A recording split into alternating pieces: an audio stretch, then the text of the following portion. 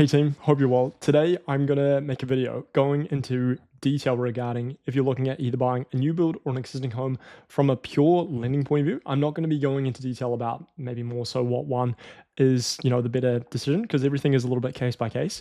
I probably would say, I'm happy to disclose this, that I think probably an existing home on the whole is probably going to give better value in terms of a deal and more flexibility compared to a new build home. But there are scenarios where maybe a new build home makes more sense than buying an existing property. So, it is what it is, but I'm going to go through into detail to help you understand from a lending point of view, if you're trying to get finance, how and what options you have available, whether it is you're buying a new build property or an existing property. That's the whole reason why I'm making this video today, and we're going to go into depth with it. So pretty much to start, if you're looking at buying either of these options as your home of residence to live in, it could be your first home, or you're just looking to upgrade your home. These are the options you have available. So I actually need to increase this a little bit. So if it's your first home purchase, for both of these options, there is the option to have as little as a 5% deposit for both of these scenarios for the property you are buying. Now, this is conditional on some things. If you're looking at buying a new build property and having a 5% deposit, it's probably likely that the new build purchase needs to be more than 50 square meters in size.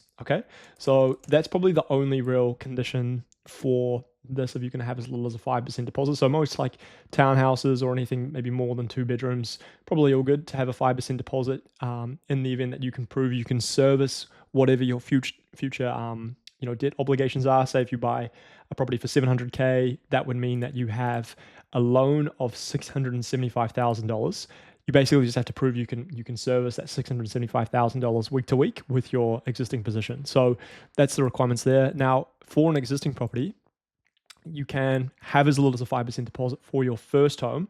There's two products. There's one main bank that offers an option with as little as 5% deposit, and there's the KāingaOra first home loan as well if you are eligible. So there's two options, but they will be a little bit more particular with the security you're buying. Again, probably needs to be larger than 50 square meters in size, and also it can't be like a rundown property, right? Like if you're buying a property for, let's go with this example, say you're buying for $450,000 as your first home, your deposit is 5% of the purchase price. That would mean that you have a loan of $427,000. They don't want to give you the money of $427,000 if the property's only worth $450 and it needs a new roof, it needs new piles. You don't have the cash to support it. It puts them in a very vulnerable position, so they will be a little bit more particular about the security you're buying if you're going to buy with 5% as an existing home. Can be done though. That's how I bought my first home. I bought it with a 5% deposit.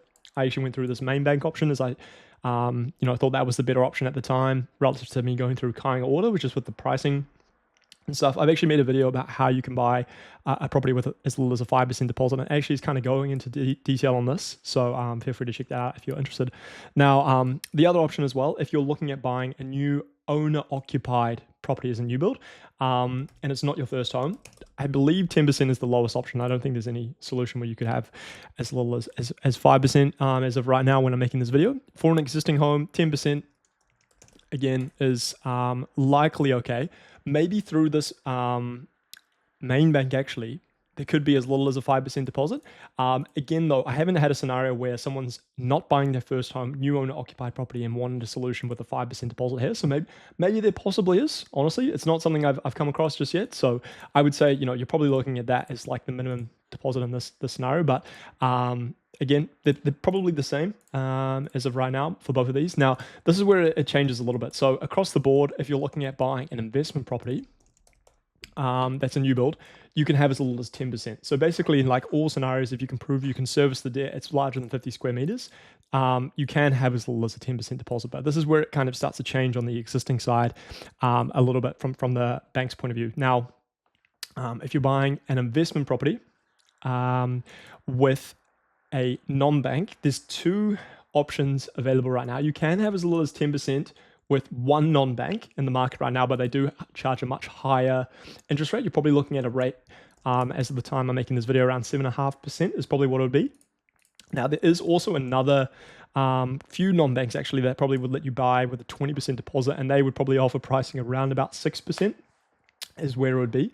But if you're looking to go to one of the main banks, going to need 30% deposit as of right now.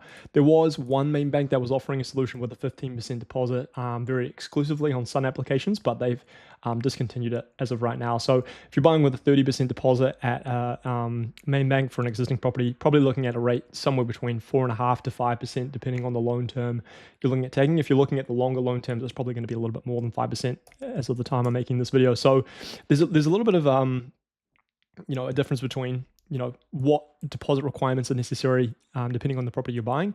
A reason for this as well is because if you think of New Zealand and the economy and everything going on, they're basically trying to encourage further development for new builds, right? There's more supply to the market than it kind of sustains house pricing, keeping everyone happy. So they kind of incentivize like these are options available where if you're looking to buy them, they can be done. So there's a bit more options there for that, right? So whereas they're having a bit of a restriction in terms of, especially from the investment point of view, if you're looking at buying a property, you need to have more skin in the game for it to be a requirement set by the Reserve Bank of New Zealand. So that's one thing. Now, another thing to consider if you're looking at buying a new build or existing property is the pricing. So for example, something to consider here is in this scenario, because you're buying with less than a 20% deposit, generally you would have a low equity margin charged on whatever interest rate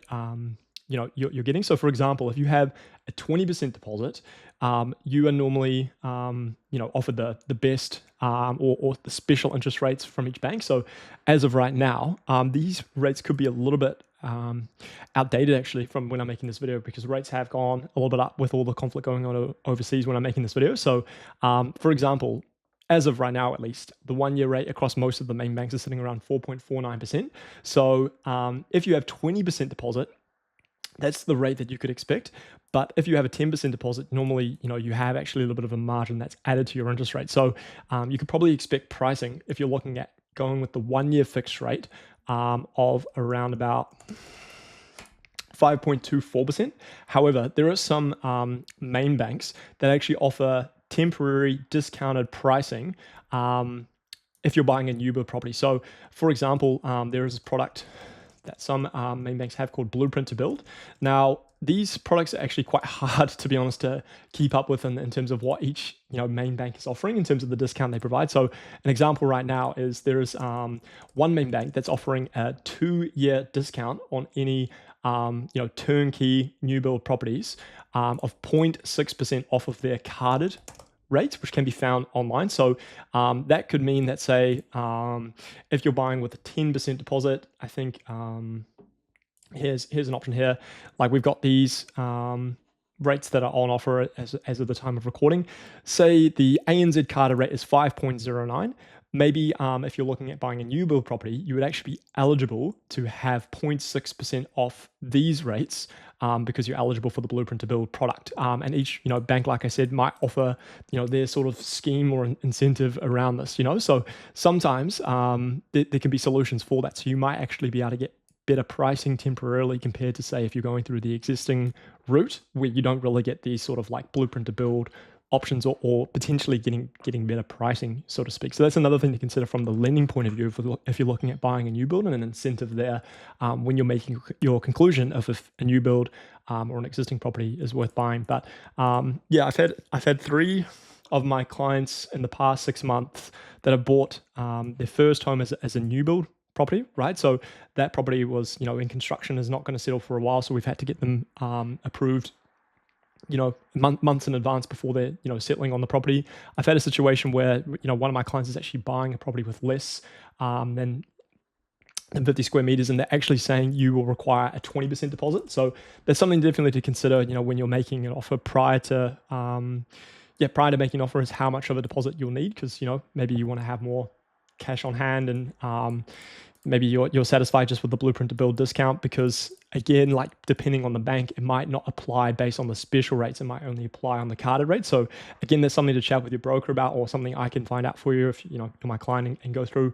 But yeah, there are definitely things to consider here. And all of these products and options are changing actually all the time. So when I'm making this video, I might actually, release this in a week or two from when it comes out, just because of the nature of YouTube and trying to, remain consistent with the videos I'm posting.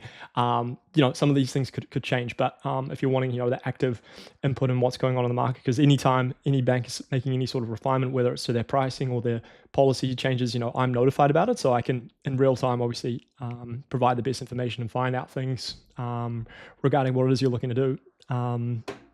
But yeah, just keep that in mind as well. When you're watching this, things could be a little bit different. But that's the video I wanted to make today, guys, primarily going over that stuff.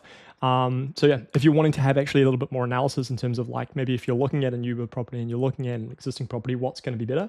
I can definitely go through some analysis of some things to consider at least, and things like what repayments would be, how does the cash flow look, and just, I guess, other 2 cents from my point of view, looking at, so many deals every single week. Happy to do that. I'll leave my details in the description if you want to, have that discussion or chat. And if you just want to watch other videos of mine, I'll leave them on the screen that you can check out. Cheers.